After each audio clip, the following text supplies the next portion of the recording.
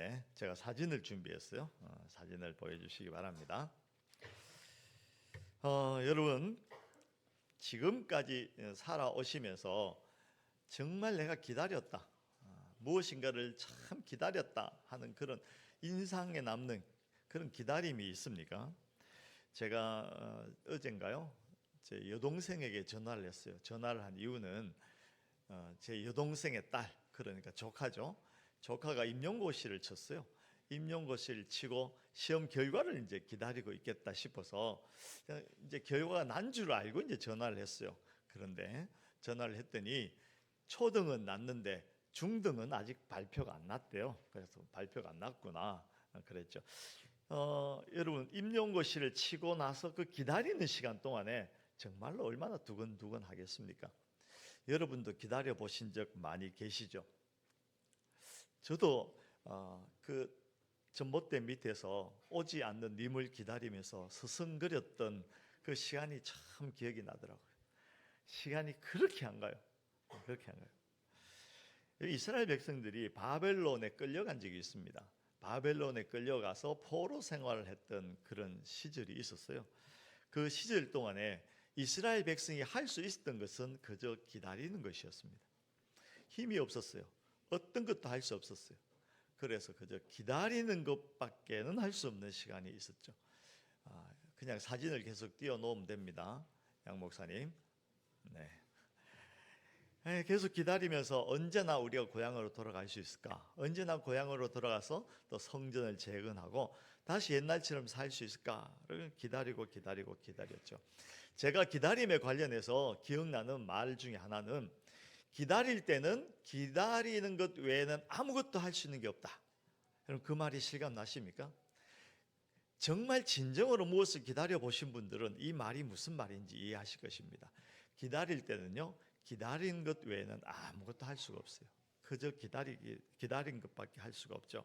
저도 성탄절을 생각하면서 딱 떠오르는 첫 번째 단어가 기다림이었습니다.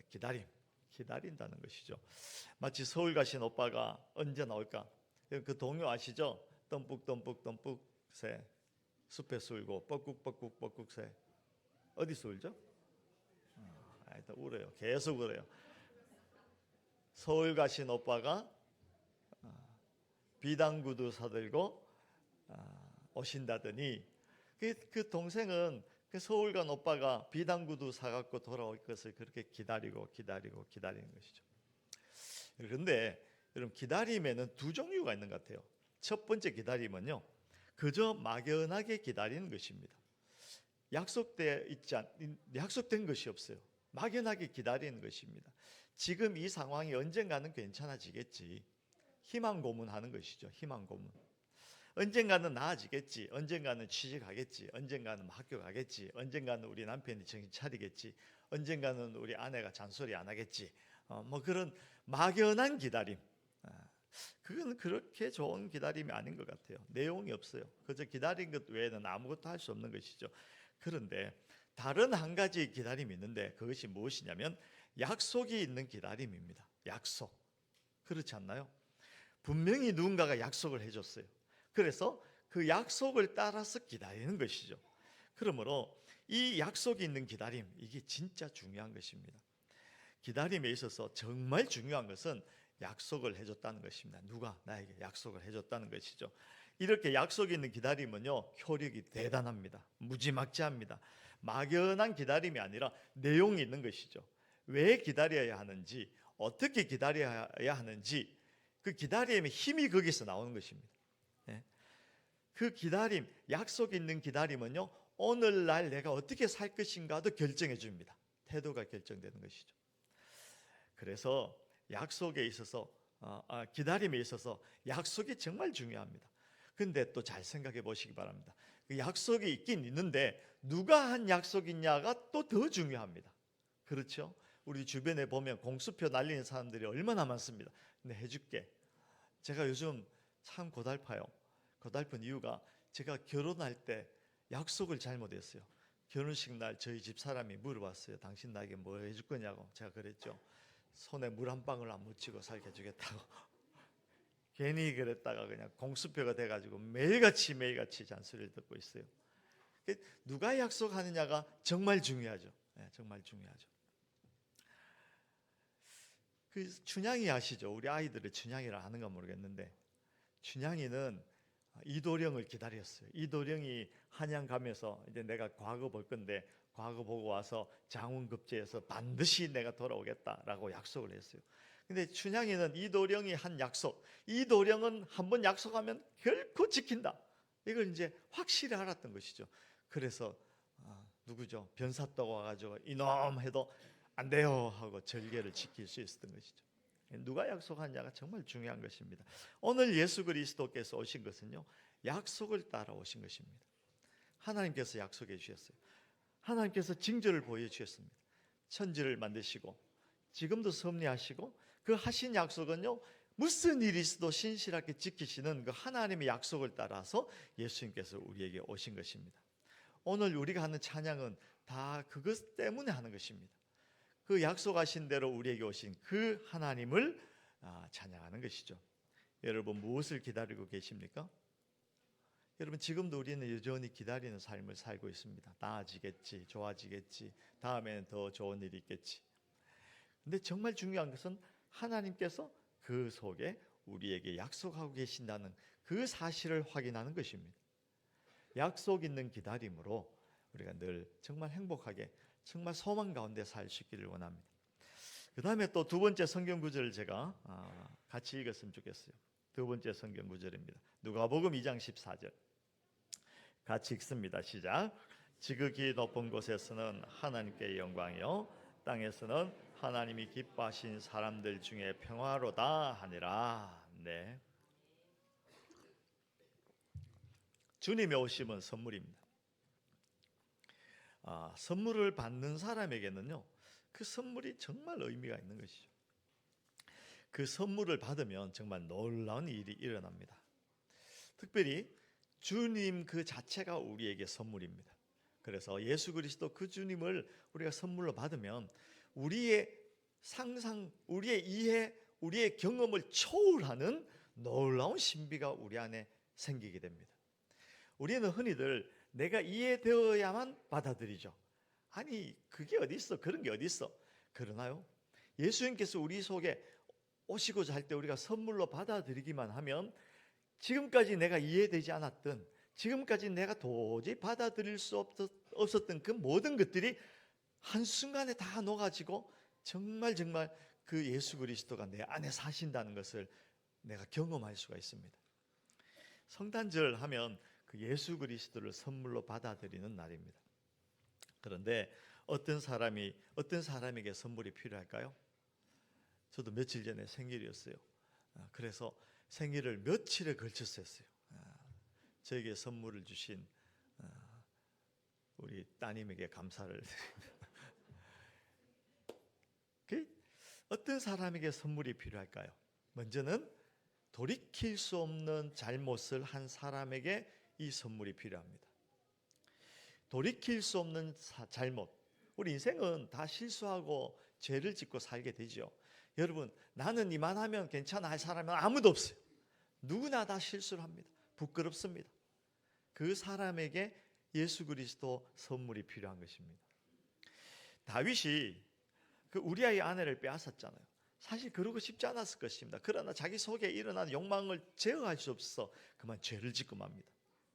그런데 놀랍게도요, 그 다윗의 그것을 끝장나는 것이 아니라 그 다윗의 아들이 솔로몬이 되고 그 후손 가운데서 예수 그리스도가 태어나게 됩니다. 사람은 다 실수할 수 있어요. 잘못할 수 있어요. 죄를 짓고 그 죄 때문에 막 눌려서 살 수 있습니다. 그러나 그 헤어나올 수 없는 죄의 어떤 그 무게 가운데서도 예수 그리스도를 선물로 받아들이기만 하면 그 모든 것들이 녹아지게 되는 것입니다. 녹아집니다. 우리 모두는 살면서 크고 작은 잘못을 범하게 됩니다. 여러분, 아무도 거기에서 자유로울 수가 없습니다. 우리 모두에게는, 그런 죄 때문에 눌려있는 우리 모두에게는 예수 그리스도의 선물이 필요합니다. 예수 그리스도, 그분이 나에게 선물로 주어질 때 그냥 아멘 하고 받아들이시면 지금까지 내가 알 수 없었던, 이해할 수 없던 전혀 새로운 세계가 내 안에 펼쳐지게 될 것입니다. 혹 잘못을 저질러서 평생 후회하면서 죄의 노예로 살아가고 계시는 분이 우리 가운데 계신다면 오늘 하나님이 우리에게 주시는 성탄 선물을 감사함으로 받으시기를 주의 이름으로 축원합니다. 놀라운 일이 일어날 것입니다. 그리고 누구에게 선물이 필요하냐면 아직도 이 땅 가운데 소외되고 또 절박함 가운데서 살고 있는 많은 사람들에게 이 선물이 필요합니다. 길게 오늘 말씀드릴 수가 없어서 이 정도로 말씀드려요. 여러분 주위를 둘러보시면요, 여전히 슬퍼하고 눈물 흘리고 누군가가 도와주지 않으면 살 수 없는 그런 지경에 있는 사람들이 많이 있어요. 그 사람들에게 무엇을 주겠습니까? 여러분 예수 그리스도를 소개해 주시고 예수 그리스도 그 선물을 전달해 주시기 바랍니다. 그러면 그가 살아납니다. 그가 회복될 줄 믿습니다. 그곳에 치유가 일어나게 되는 것이죠. 그 다음에 세 번째로 마지막입니다. 이번에 성경 구절을 몇 개 읽고 우리 마무리하도록 하겠습니다. 예수 그리스도께서는 다시 오십니다. 사도행전 1장 11절 우리 같이 읽습니다. 시작.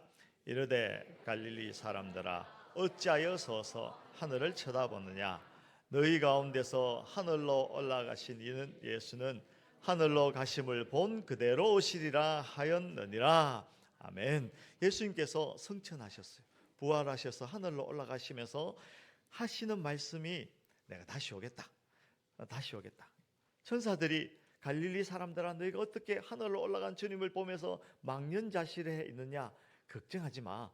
주님께서는 너희가 지금 본 그 모습 그대로 다시 오실 것이야. 그렇게 말씀하셨어요. 우리에게 해주신 약속입니다. 약속. 두 번째 성경 구절입니다. 요한복음 14장 2절로 3절입니다. 같이 읽습니다. 시작. 내 아버지의 집에는 있을 곳이 많다. 그렇지 않다면 내가 너희를 있는 곳을 너희에게 말하겠느냐.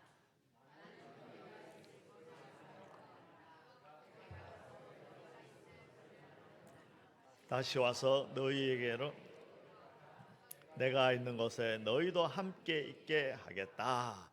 우리 주님께서 지금 가셔서 무엇 하시냐면 우리가 앞으로 영원히 살게 될 그 나라, 그 집, 우리 집을 준비하신다는 겁니다. 주님께서 우리에게 해주신 약속입니다.